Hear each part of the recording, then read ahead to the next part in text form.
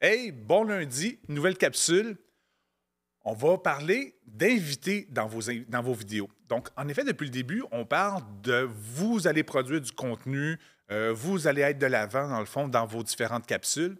Mais dans certaines situations, ça peut être intéressant d'inviter des gens avec vous. Donc, si ce n'est pas nécessairement votre sujet principal ou ce n'est pas votre expertise, bien, d'inviter un expert, justement, va montrer que vous avez un réseau de contacts autour de vous pour vous donner de la crédibilité. Dans le cas des courtiers immobiliers, peut-être d'avoir un représentant hypothécaire. Dans le cas d'un représentant hypothécaire, mais l'inverse, un courtier immobilier va peut-être être intéressant dans votre capsule. Dans le cas d'assurance, peut-être ça va être un planificateur financier avec vous pour justement parler de retraite ou quoi que ce soit. Dans le cas de restaurant ça peut être un critique culinaire ou à l'inverse, quelqu'un qui est plus dans les médias, mais d'avoir des invités justement pour donner du poids à ces chroniques.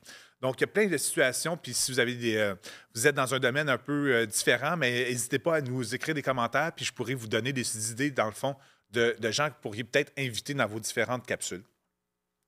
Donc, il faut juste faire attention, en effet, quand on est plusieurs autour d'une caméra.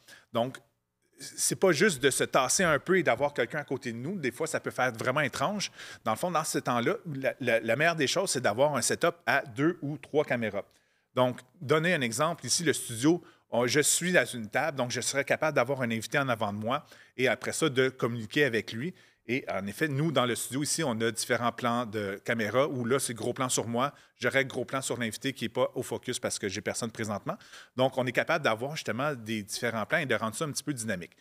Donc, en effet, quand on est dans un environnement professionnel, ça peut être super intéressant d'avoir justement un invité, puis ça rend la vidéo beaucoup plus dynamique, beaucoup plus intéressant.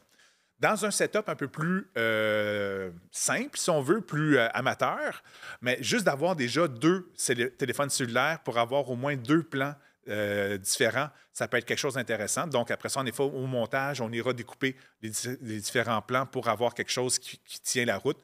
Donc, soit 2 plans larges, mais de 2 angles différents, ou un plan large qu'on voit un peu plus un invité, puis un plan large où on voit un peu plus vous. Déjà, on aurait quelque chose d'intéressant, puis on peut découper selon justement qui parle et qui regarde où. Sinon, dans le cas, mettons, de témoignage, OK? Donc, ça peut être quelque chose aussi d'intéressant. Donc, vous avez une entreprise et vous invitez des clients satisfaits pour faire un vidéo témoignage. Mais là, de ce côté-là, dans le fond, peut-être que vous ne serez pas du tout dans la caméra et vous placez simplement la caméra pour filmer vos clients satisfaits.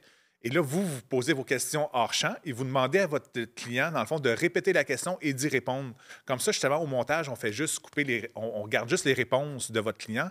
Et honnêtement, ça fait un petit montage assez dynamique, quitte à mettre des petites animations entre les différentes coupures pour rendre ça encore plus le fun. Ou à la limite, même, on pourrait écrire la question sur un JPEG. Dans le fond, créer une photo, si on veut, une image statique qu'on peut passer dans les différents plans de coupe pour justement rendre ça dynamique, où ce que là, on a, boum, la question qui arrive à l'écran, et après ça, on a la réponse, la question, la réponse, donc de façon à amener une petite musique de fond aussi pour rythmer le tout. Donc, ça peut être quelque chose de vraiment le fun si on utilise des gens autres que nous à l'écran. Donc, ça peut donner de la crédibilité, ça peut donner justement le fait que, entre autres, dans le cas d'un témoignage vidéo, mais c'est d'autant plus authentique que c'est pas juste quelqu'un qui a écrit quelque chose puis que la personne peut se dire « Ah, on sait bien, c'est vous-même qui l'avez écrit au nom du client. » Donc non, c'est vraiment le client qui livre son témoignage comme quoi vous êtes une super bonne entreprise, que vous êtes une bonne personne. Donc, allez-y de l'avant de ce côté-là, honnêtement. Ça peut être super intéressant. Fait que sur ça, j'espère que ça vous a allumé quelques idées et on se revoit la semaine prochaine.